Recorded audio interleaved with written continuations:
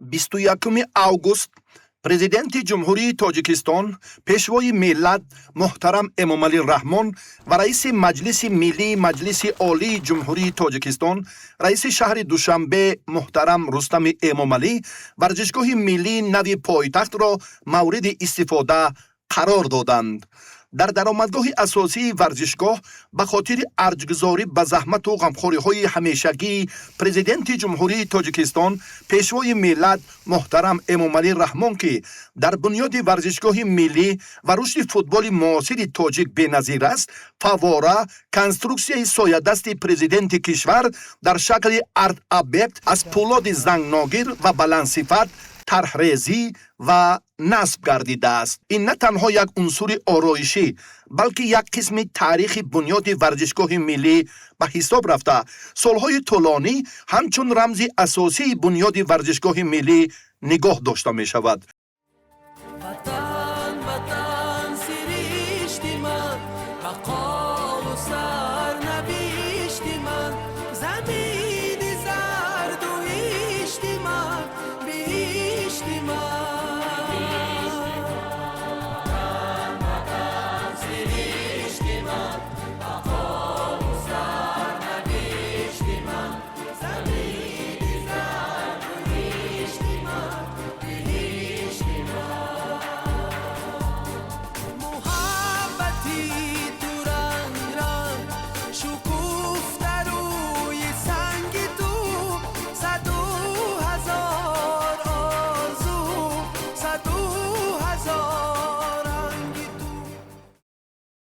иншооти боҳашамати варзишӣ дар майдони 9/5 гектар доман густурда намунаи барҷастаи сохтмони муосири кишварамон ба шумор меравад.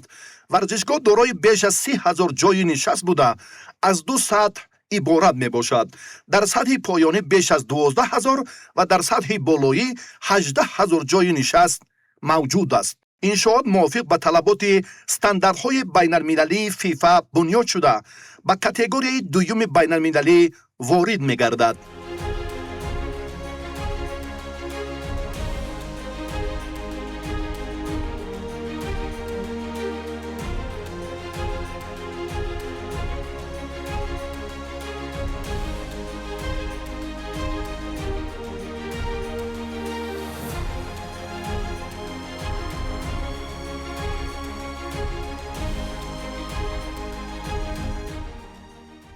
варзишгоҳ бо ин шаҳомат ҳуқуқи қабули бозиҳои сатҳи баланди клубӣ ва мусобиқаҳои байналмилалиро доро мебошад. барои воридшавии бехатари мухлисон, варзишгоҳ ба 68 турникети муосир ва электронии байналмилалӣ муҷаҳҳаз шудааст. барои осонии ҳаракат ва идоракунии дуруст, бино ба 4 қисми асосӣ тақсим шудааст. сохтори дусатҳаи трибунаҳо маҳз барои амният, пешгирии издиҳом ва зуд баровардани тамошобинон аз рӯи меъёрҳои бехатарии фифа лоиҳакашӣ шудааст.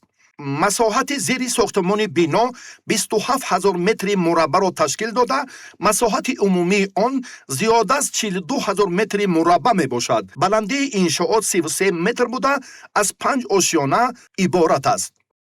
дар маркази варзишгоҳ майдони муосири футбол бо масоҳати 7,140 метри мураббаъ қарор дорад. андозаи майдони бозии он 105/68 метрро ташкил медиҳад ки ин нишондиҳанда ба талаботи ҳатмии фифа барои тамоми бозиҳои байналмилалӣ ва ҷоми ҷаҳон мутобиқ мебошад.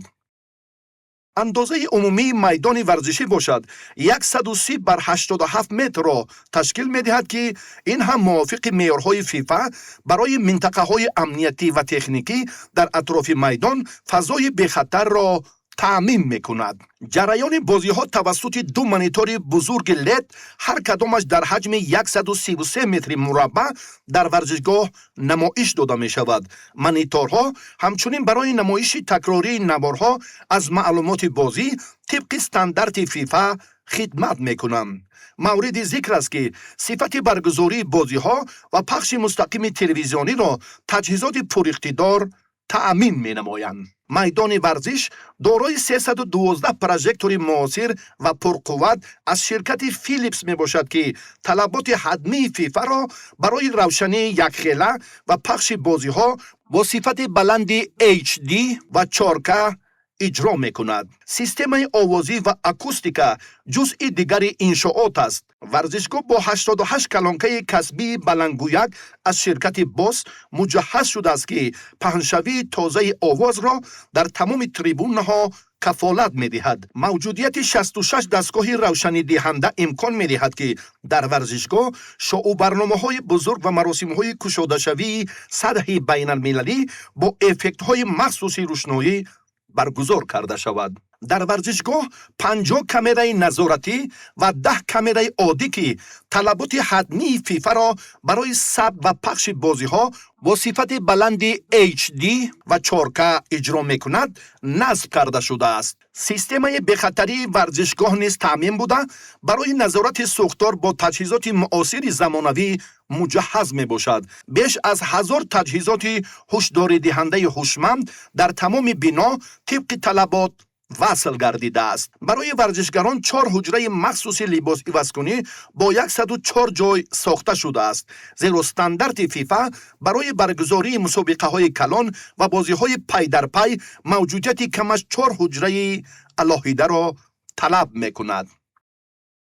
برای مهمانان رسمی و فخری یک حجره ویب با 32 جای، 34 حجره ویب با 306 جای و 26 حجره سیب با 416 جای نشست موجود است. موجودیت این حجره های معاصر سکای باکس شرط اساسی فیفا برای قبول مهمانان درجه عالی و بلند می باشد. علاوه بر این در انشاءات حجره زیادی خدمت رسانی و حمام ها پیش بینی شده است که به معیارهای بلند سانیتری و تکنیکی جوابگو می باشند. در یک شفت ورزشگاه کلانترین موزه بنیاد یافته در آن تاریخ فوتبال میهن عکس و خاطره های زیاد و دیگر دستاورد و رویدادهای نادر فوتبال تاجیک جای دارند.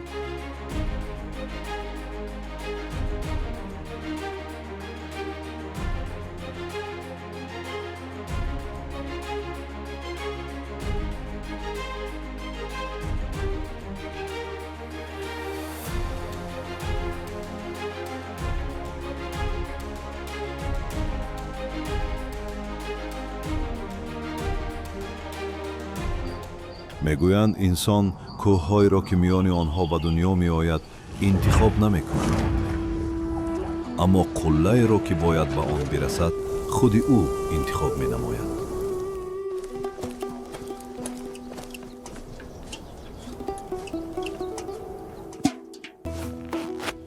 و از همه مهم آرزو که از خود تو بزرگتر است.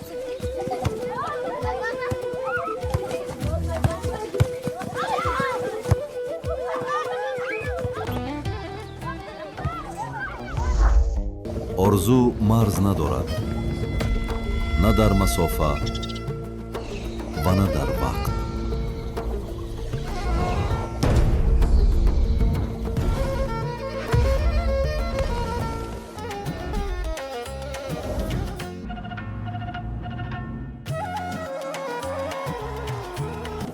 وقتی تمام ورزشگاه با یک آواز ندا می‌کند، در آن صدا هم آواز شهرها، هم دهه‌ها و هم همه آنهایی که روز بازی را از میدانچه‌های پرغبار با 2 ستیل آغاز کرده بودند می‌خوانند. این گل یک فوتبال باز نیست، این گل ملت است. تاجیکستان با پیش! هر دستاورد بزرگ از یک قدم خود آغاز می‌یابد.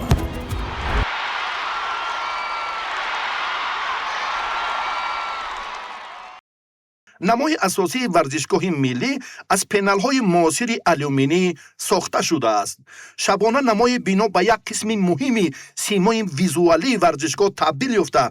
در آن در مجموع بیش از 30,000 متر سیستم معاصر پرویکسیون مدیوی نصب گردیده است. نظام معاصر پرویکسیون مدیوی امکان می‌دهد که تصویرها، گرافیکا و برنامه‌های گوناگون ویزوالی مستقیما در نمای بینو نشان داده شود. ورزشگاه دارای توقفگاه وسیع برای زیاده از 750 واسطه نقلیات بوده، مساحت سبزکاری شده بیش از 3000 متر مربع را با درختان همیشه سبز و گل و بوته‌ها تشکیل می‌دهد. پرزیدنت کشور محترم امامعلی رحمان افتتاح ورزشگاه ملی را که به مناسبت جشن عمومی ملی 35 سالگی استقلال دولتی بنیاد گردید برای مردم تاجیکستان تحفه ارزنده نامیدند. باید گفت که ورزشگاه ملی با شکوه و شهامت و زیبایی خود کم نظیر است. از این شوتی که امروز در پایتختمون قامت افروده است، ما ورزشکاران خصوصا ساحه فوتبال بسیار هم فخر میکنیم، چون که ما در طول این سالهایی که ما در همین ساحه فعالیت میکردیم و در بسیار ورزش‌های دنیا همچون مربی، همچون دسته منتخب ملی رو پیشنهاد کردن، بازی کردیم، دیدیم و همه وقت آرزو میکردیم که دولت ما، ملت ما صاحب چنین ورزشگاهایی که با استانداردهای جهانی جوابگو است نایل شود.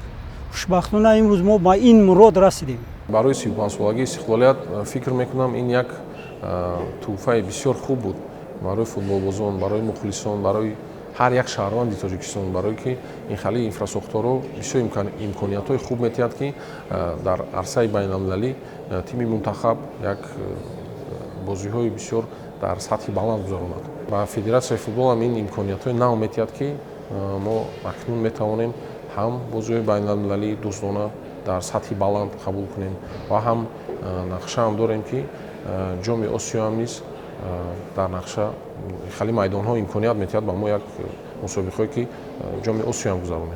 در حقیقت این ورزشگاه زمانوی ورزشگاهی که با تمام طلبات‌های فیفا پرره جوابگوی است و در حقیقت ما بسیار وقت آرزو می‌کردیم که دیگر دولت‌ها می‌دیدیم ورزشگاه را، آرزو می‌کردیم که در مملکت ما هم چنین ورزشگاه ساخته شود. تاریخ پیدایش فوتبال تاجیک از سالهای 20 و 30 عصر گذشته آغاز می‌یابد. در تاجیکستان سال 1937 اولین چمپیونات عاید به فوتبال دایر شد که در آن چندین کلوب‌های ورزشی عاید به فوتبال اشتراک نمودند. برگزاری این چمپیونات و من بعد چمپیونات هایی که در تاجیکستان برگزار شدند، بازی فوتبال را به ورزش عمومی تبدیل دادند. جوانان با این نمود ورزش که جنبه های مکمل فتوت و جوانمردی، اراده و فلسفه پندآموز دارد، توجه مخصوص ظاهر نمودند. فوتبال را نه تنها بازی بلکه مکتب آداب و انتظام، صبر و تحمل و تشکل جسمانی هر فرد نامیدن ممکن است. فوتبال در سالهای صاحب استقلالی در نتیجه توجه رهبریت دولت مرحله به مرحله رشد نمود. در این مدت در تاجیکستان شماره انشاءات و میدانهای خرد و بزرگ فوتبال که انگشت شمار بودند بنیاد و افزون شدند. اکنون ورزشکاران در شرایط بهتر با تمرین‌های دائمی مربیان فرا گرفته می شوند. با مرور وقت توجه بر رشد فوتبال بهتر گردید و ورزشکاران تاجیک امکانیت بیشتری اشتراک در مسابقه‌های سطح بین‌المللی را پیدا نمودند. با ابتکار و توجه مخصوص پیشوای ملت محترم امامعلی رحمان، ساحه ورزش در مملکت رو به رشد نهاد. مکمل سازی انفراستراکچور ساحه که قدم مهم در رواج بازی فوتبال در تاجیکستان دانسته می شود، دوام 10 ساله آخر در سطح عالی رشد نمود. امروز نه تنها در دوشنبه بلکه در تمام شهر و ناحیه‌های کشور میدان‌های ورزشی و سالمگردانی مخصوصاً در سمت رشد فوتبال بنیاد و مورد بهره برداری قرار داده می شوند. این عامل باعث گردید که توجه نسل نورس و جوان به ورزش علل خصوص فوتبال به طور نظررس افزایش یابد. فوتبال در بین بانوان است تقویت پیدا کرده و امروز در تاجیکستان کلوب‌های ورزشی عاید به فوتبال بین بانوان است رو به افزایش دارد. در برابر این تمام سالهای صاحب استقلالی پایگاه سندی و معیاری ساحه ورزش نیز با قبول قرار و قانون‌های مشخص رشد نمود. از جمله قانون جمهوری تاجیکستان درباره تربیت جسمانی و ورزش، استراتژی رشد ورزش و طرز حیات سالم، برنامه‌های دولتی رشد فوتبال در 3 مرحله، کنسپسیون ملی انکشاف تربیت جسمانی و ورزش، اینچنین صدها لایحه‌های گوناگون ساحه ورزش و سالمگردانی اهالی روی کار آمدند که این به رشد بی‌میلان ورزش در مملکت زمینه مساعد به میان آورد. همکنون به مناسبت استقبال سزاوار از 35مین سالگرد استقلالیت دولتی جمهوری تاجیکستان، انشاءات محتشم ورزشگاه ملی تاجیکستان موافق به طلبات معیارهای جهانی در پایتخت وطن محبوبمان قامت افراخت. اکنون تاجیکستان را در برابر تشبس‌های سطحی بین المللی در مورد آب و اقلیم و صلح و ثبات جهان، همچنین چون تشبسگر سطحی بین المللی در سمت رشد فوتبال می‌دانند. طور آگاهی داریم با تشبس رئیس مجلس ملی مجلس عالی جمهوری تاجیکستان، رئیس شهر دوشنبه، پرزیدنت اسوسیاسیون فوتبال کشورهای آسیای مرکزی، پرزیدنت فدراسیون فوتبال تاجیکستان محترم رستم امامعلی، همساله شروع از سال 2024 25 می همچون روز جهانی فوتبال جشن گرفته می شود. نتیجه های همین توجه و دستگیری ها بود که دوام سالهای صاحب استقلالی منتخب فوتبال تا سن 17 ساله تاجیکستان 4 مرتبه به مسابقات باشکوه ترین سیاره چمپیونات جهان راه یافت. تاجیکستان به مکان برگزاری مسابقه های سطح بین المللی کافا تبدیل یافت که دوام 10 ساله آخر بیش از 30 مرتبه میزبان چنین مسابقات سطح بین المللی گردید. برای رشد فوتبال مخصوصا بین کودکان و نورسان از جانب رهبریت کنفدراسیون فوتبال آسیا، فدراسیون فوتبال تاجیکستان با جایزه های مخصوص قدردانی شد. در ادامه تدبیرهای سازندگی پیشوای محبوب ملت، ورزشگاه محتشم معاصر امکانیت تاجیکستان عزیز را در میزبانی مسابقه های سطح جهانی و مکمل سازی دوستی بین خلق و ملت های سیاره باز هم تحکیم خواهد بخشید. من بعد فوتبالبازان تاجیک در این ورزشگاه مطابق با استانداردهای بین المللی به تمرین مشغول گردیده موفقیت‌های خود را افزون می‌نمایند و پرچم دولتی جمهوری تاجیکستان صاحب استقلال را در مسابقه‌های با نفوذ جهانی بالا می‌بردارند.